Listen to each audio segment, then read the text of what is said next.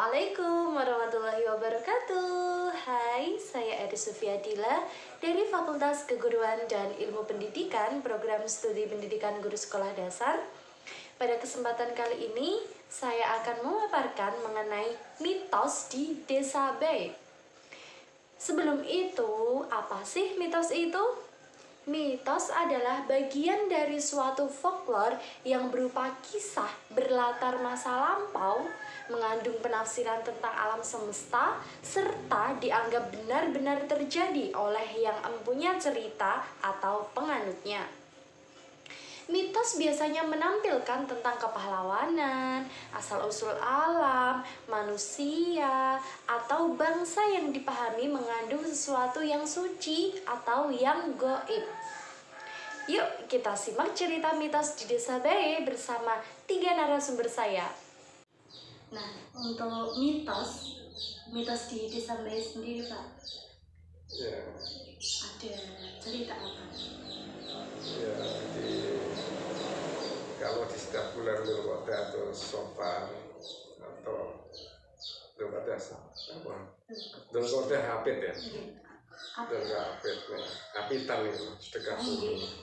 Sedekah bumi itu biasanya ya bukan membuang ya, menyembelih kambing yang apa? Gendit. Kambing gendit itu kambing hitam yang perutnya putih sampai tidak putus, putih ya sampai saya dulu punya tuh putih nggak putus, Dari punggung sampai ya, putih ya semuanya putih. Terus sembelih, untuk kepalanya itu ditaruh di kebunnya milik Bapak keluarga Bapak Munajat yang tanahnya itu di RT 4 Pondok, RW 3 RT 4 RW 3 Pondok, tapi yang milik kebun itu di RW 2 Bendo. Jadi Pak Munajat itu bukan orang Pondok, tapi orangnya Bendo, tapi kebunnya di Pondok. Itu konon kan tadi khotbahnya Mbak Gilang itu kan ketika di situ hilang. Jadi, mungkin di situ tempatnya saya nggak tahu. Jadi di situ ditaruh kepala kambing, setelah itu ya diambil oleh yang punya kebun biasanya, bukan dok, lalu dibuang mubazir atau ditinggal. Mungkin sudah di islamisasi begitu berubah. Gitu. Itu yang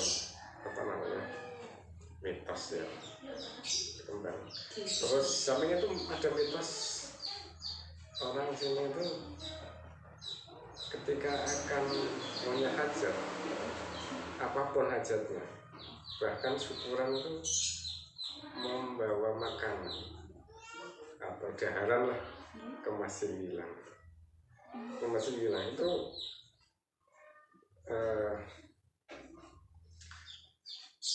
yang membawa makanan itu tidak hanya orang baik, tapi orang lain baik yang masih ada kekerabatan dengan baik, yang baik. Nah, walaupun tidak ada baik, itu dulu almarhum Bapak Soam itu dulu pernah keluarga dari orang Dawi itu sudah di Sumatera, tapi kalau dirunut keluarga itu ada yang dari baik. Ketika punya hajat itu angin meruntuhkan rumahnya, lalu dipikir-pikir terus lalu telepon orang Dawi, disuruh sodakuan makanan ke Masjid Gilang, untuk supaya selamat lah, namanya sedekahkan tolak bala ya. Jadi itu tidak hanya orang yang misalnya hajat lahiran, khitanan, nikahan, terus pejabat yang baru pindah, misalnya camat baru, atau bahkan orang akan naik haji, atau bahkan orang yang pulang dari haji, atau bahkan orang yang baru sembuh, macam-macam tuh banyak sekali. Intinya bukan memberi makan pada Mbah Gilang, tapi sedekah itu diberikan pada yang hidup, ya, pahalanya diberikan pada orang yang meninggal. Ini namanya sudah Islamisasi budaya. Itu legendanya ada dua gitu. Iya, betul. Berarti tadi makanannya dibawa ke Masjid Gilang. Iya. Untuk dimakan bersama-sama. Dimakan bersama. Ya. Ya duduk makan prosesi ketika membawa ke Masjid Gilang itu ya bukan hanya dimakan, tapi ya kalau saya yang di sana itu kalau saya sering tetap hadroh untuk semua semua muazzin masjid dan para aulia disambai, terus para sesepuh yang pernah hajat, kita doakan, kita kirim doa ya. Samping itu mendoakan misalkan yang nikah, yang punya hajat buat rumah, yang hitam atau pejabat yang baru pindah atau apa saja, banyak sekali. Itu legendanya ada dua tadi. Ya, mitosnya. Saban? Ya. Kalau monggo saya pisah saja. Itu yang saya tahu. Saya tuh juga dulu pernah akan menilai sejarah, tapi sampai sekarang karena terkendali dengan mitos-mitos tadi, saya sudah sowan ke beliau Habib Lutfi, tapi untuk kelanjutannya belum ada. Ya, termasuk itu lama sekali sampai saya itu cari menyuruh orang yang sampai ke desa Cendolo Kawaan itu, karena orang Kawaan itu masih banyak yang ketika punya gang, khususnya keluarga dari Pak Kiai Arwan, terus dari Sakur, pokoknya yang dari Kawaan itu ketika punya hajat bawa makanan ke sini, barangkali tahu tentang sejarah desa Melayu. Dulu katanya di Muslim atau di Muslim Kawaan itu, kalau cerita ke saya itu orang Kawaan itu makamnya di sini. Karena leluhur beliau itu ada. Saya pernah dulu punya silsilahnya, tapi saya tanyakan ke Mbah Kaji Sakur Kawaan itu bilang, saya pernah disuruh untuk mencari dulu itu. Jadi ada Mbah Ranu, Mbah Ripen, Mbah Sinten itu, terus sampai ke Kawaan. Jadi makamnya di sini tuh, leluhurnya Mbah. Di Bayi Pandai sendiri. Tapi saya nggak tahu mana yang persisnya, nggak tahu. Kapitan itu kan untuk memberi kami gede, itu kan di kepalanya ditaruh di sekitar sekarang wilayah pondok RT 4. Itu terkenalnya itu titik tengah koordinat desa Bayi. Adiknya disembelih. Tapi kepalanya dulu dikasihkan yang punya tanah itu, tapi letaknya itu di RT 4 sekarang. Apa di kebun mengajar juga?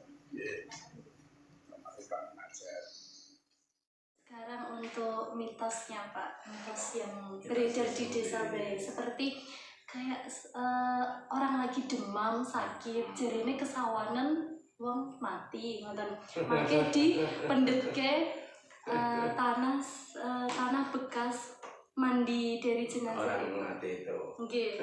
Niku bagaimana penjelasan? Itu tidak ada ilmunya itu hanya kepercayaan dan sugesti masing-masing. Dalam hal itu aku tidak memakai. Dalam hal itu aku tidak mau, karena itu kan hak asasi. Boleh percaya dan boleh tidak. Tidak percaya tidak percaya mana tidak akan berakibat apa-apa, tidak ada efeknya. Tapi kalau percaya terhadap itu malah lihat kepercayaan yang berimbas kepada membahayakan keimanan. Contoh. Memang orang Jawa itu kan model ada yang apa sakit terus dia masa-masa ditaruh perapatan dan lain sebagainya. Itu kalau kepercayaan yang menyembuhkan penyakit itu dan yang perapatan itu malah menimbulkan kekufuran. Jadi malah selamat orang dari kepercayaan itu selamat, arti ya selamat karena kita hanya menuhankan Gusti Allah. Dan menurut saya pribadi, dulu di Indonesia ini sebelum ada agama apapun, agama samawi lah, agama samawi itu agama yang turun dari wahyu, termasuk Islam, Yahudi, Nasrani itu kan agama samawi. Sebelum agama samawi ada di Indonesia itu kan orang yang menganut animisme dan dinamisme itu, yang percaya bahwa roh manusia yang telah meninggal itu akan menempati perapatan, menempati pohon besar, menempati batu besar yang di situ dia juga percaya bahwa bisa memberikan pertolongan kepada yang hidup. Itu kepercayaan. Kalau tidak animisme ya dinamisme, nanti dicari sendiri, coba dicari sendiri nanti. Ini hanya ingat-ingat tetap. Sehingga karena orang Jawa itu dulu seperti itu, kemudian turun, akhirnya masih ada yang membawa seperti itu. Tapi cara Islam itu tidak dikatakan tolak bala, dan dikatakan proses penyembuhan. Nah, cara Islam itu sedekah. Sedekah itu memang terbukti nolak bala karena ada hadisnya, dan terbukti penyembuh penyakit juga selain obat medis. Itu sedekah. Adapun untuk kesawanan itu hanya sugesti. Tidak ada orang mati di tanah ini menyebabkan penyakit, itu tidak. Kalau percaya itu tidak ada ya tidak. Nanti akan sembuh dengan ikhtiar kita selain itu. Hanya uangnya udah percaya itu kadang saya juga barang-barang kok nyawanya sing kesawanan barongan kesawanan nopo nek sang itu ada senyawanan. Apa sang?